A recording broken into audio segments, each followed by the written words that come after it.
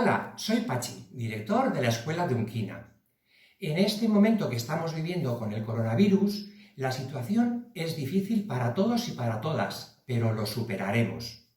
Ahora nos toca estar en casa y al parecer de momento no volveremos a la escuela. Sabemos que estáis trabajando mucho en casa y también disfrutando de la familia. Aún así, quiero daros unos consejos para que lleváis lo mejor posible las tareas escolares.